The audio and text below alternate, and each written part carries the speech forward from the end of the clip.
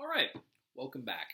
So the title of this mini lecture is Civil War Navies, and we're going to talk about 5 things that you need to know in order to start learning a little bit more about this very big topic.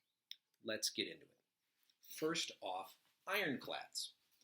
Navies in the 18th century and in the first half of the 19th century tended to emphasize a certain couple of types of ship construction based primarily on construction from the British and the French navies that prioritized very large ships of the line with these very, very large numbers of cannon and crews to be able to volley back and forth, much like infantries were developing at the period. By the time you get to the mid-19th century, the leaders of the naval departments for both the U.S. and the Confederacy will spend some time with innovations and will support the creation of ironclads that will make and revolutionize how navies project force. Secondly, blockade. So, the Confederate economy, when it comes into its existence in 1861, is based entirely on the economy of the American South that had existed before this. Now, the economy of the American South was focused overwhelmingly on an export economy. If you want to continue to be successful and you want to provide then for the Confederate state and the Confederate military, they need to keep that going, which means the United States was aware of this and wants to put a stop to it. So, by the end of 1861, the United States Navy is tasked with developing a very substantive blockade of basically all of the Confederate coastline. Now, they don't really have the ability to do this. They're going to spend a lot of money on ship construction.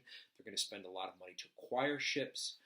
But the goal is to be able to stop Confederate exports and to stop imports from coming into the Confederacy. By the end of 1864 and into early 1865, this will have a devastating not only economic effect, but also effect then onto the battlefield.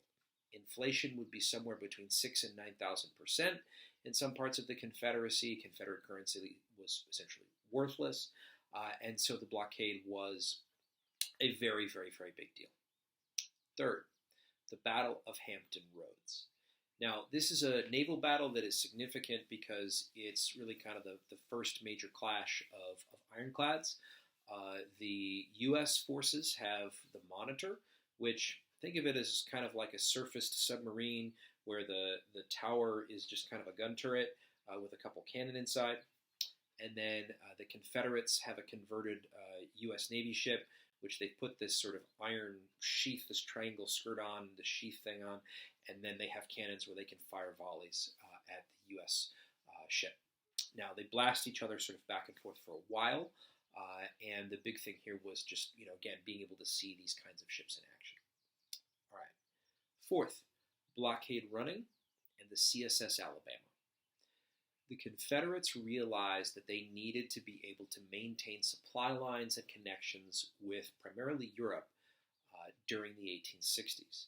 So they will go to Europe and they will try to invest money in the construction of blockade running ships, most notably of which would be the CSS Alabama, although it would later be sunk.